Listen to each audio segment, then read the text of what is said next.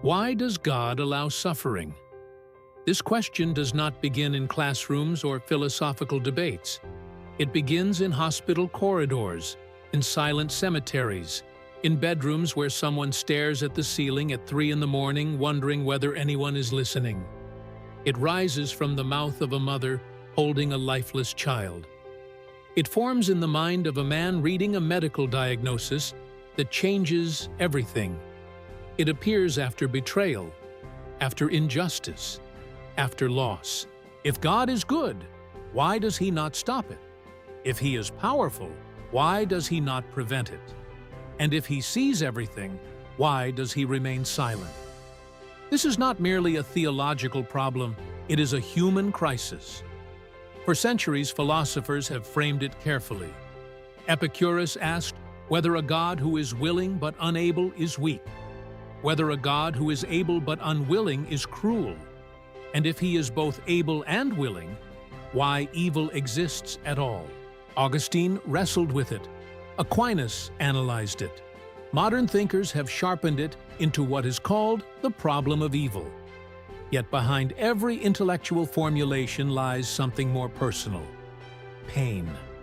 Suffering is not abstract. It is physical agony, psychological trauma, moral injustice, grief that refuses to fade. It is children dying before they speak, innocent people facing terminal illness, disasters wiping out entire communities in minutes. To approach this lightly would be dishonest. Philosophers distinguish between moral evil and natural evil. Moral evil arises from human choices: war, murder, abuse, corruption, cruelty. Natural evil seems different: earthquakes, disease, hurricanes, genetic disorders. In the case of moral evil, freedom becomes central. If God created human beings capable of love, He created them capable of choice. Real love cannot be programmed. Genuine goodness requires alternatives. A world where no one could choose evil would also be a world where no one could freely choose good. Love forced is not love. Obedience programmed is not virtue. Yet freedom carries risk. Alvin Plantinga argued that it is logically possible that even an all-powerful God could not create free creatures who always choose good, because freedom includes the possibility of wrongdoing. If God intervened every time someone attempted evil, freedom would collapse into illusion. However, this raises another question. Could He not intervene at least sometimes? Could He not prevent the most horrific acts while preserving general freedom? If divine intervention became constant whenever suffering reached a certain threshold, the structure of cause and consequence would dissolve. Human decisions would lose predictable outcomes.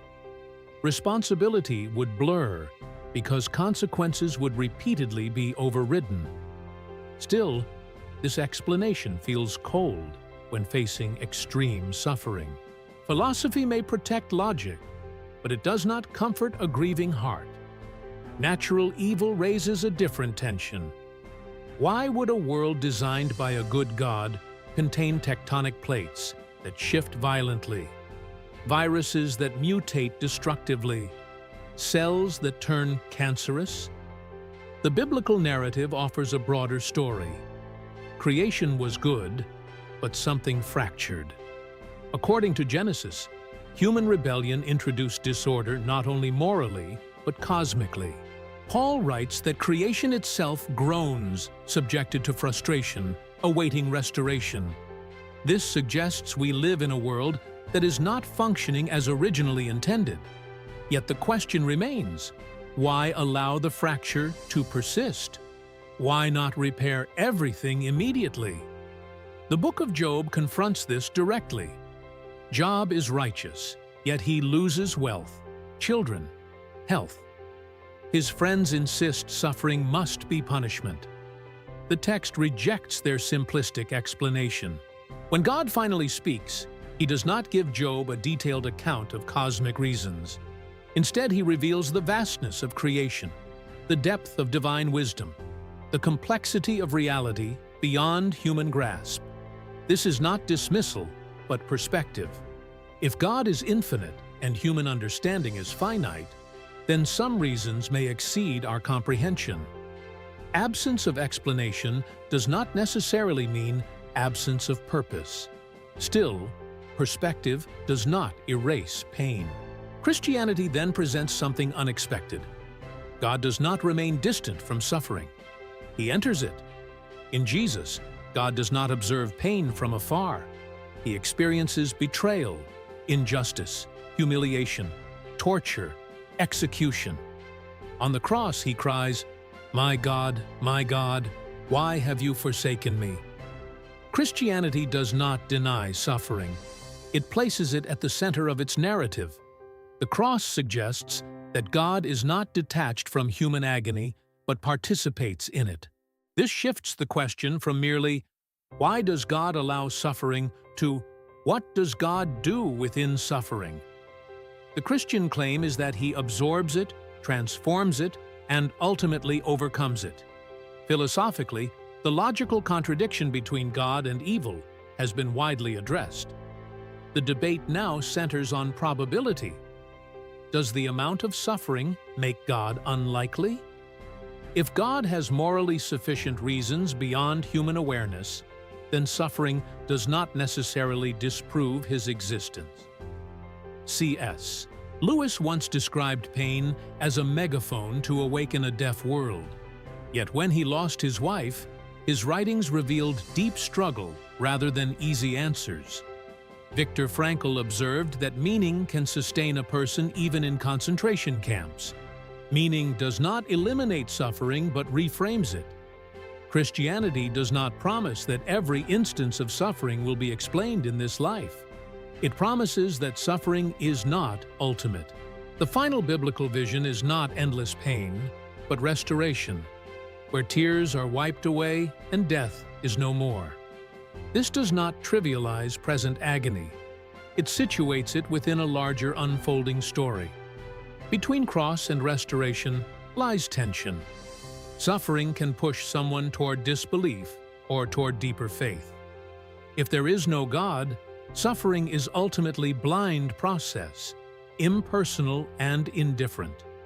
If there is a God, suffering may be part of a narrative not yet complete. Neither option removes pain, but they interpret it differently. The cross stands as the Christian answer. The worst injustice becomes the means of redemption. If God can bring good out of the crucifixion, perhaps He can bring good out of other tragedies as well. This does not answer every why. It suggests that evil does not have the final word. Many of the virtues humans admire most, courage, compassion, perseverance, forgiveness, exist only in a world where suffering is possible. A painless world would also be a world without heroism or sacrificial love. That does not justify every tragedy, but it reveals a deep interconnection between risk and virtue. Resurrection becomes crucial. If death is not ultimate, then suffering is not ultimate. Hope does not deny pain. It declares that pain is temporary within eternity. The problem of suffering remains complex and resistant to simplistic solutions. Yet perhaps the deepest question is not why God allows suffering, but whether we trust Him in the midst of it. Because suffering forces a choice. It strips away illusions of control and confronts us with ultimate questions about meaning, mortality, and destiny. Some conclude that suffering disproves God.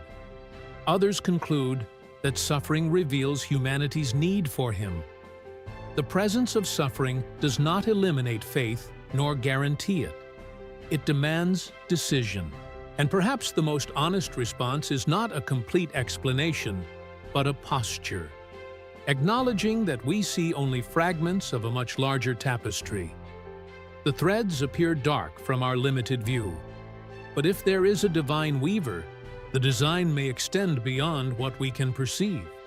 The question then becomes deeply personal. When pain enters your life, what will you conclude? Will you see suffering as final evidence of absence or as an invitation to seek deeper meaning? The Christian story ends not in a grave, but in resurrection. If resurrection is real, then suffering, however severe, is not the final chapter. And that possibility changes everything.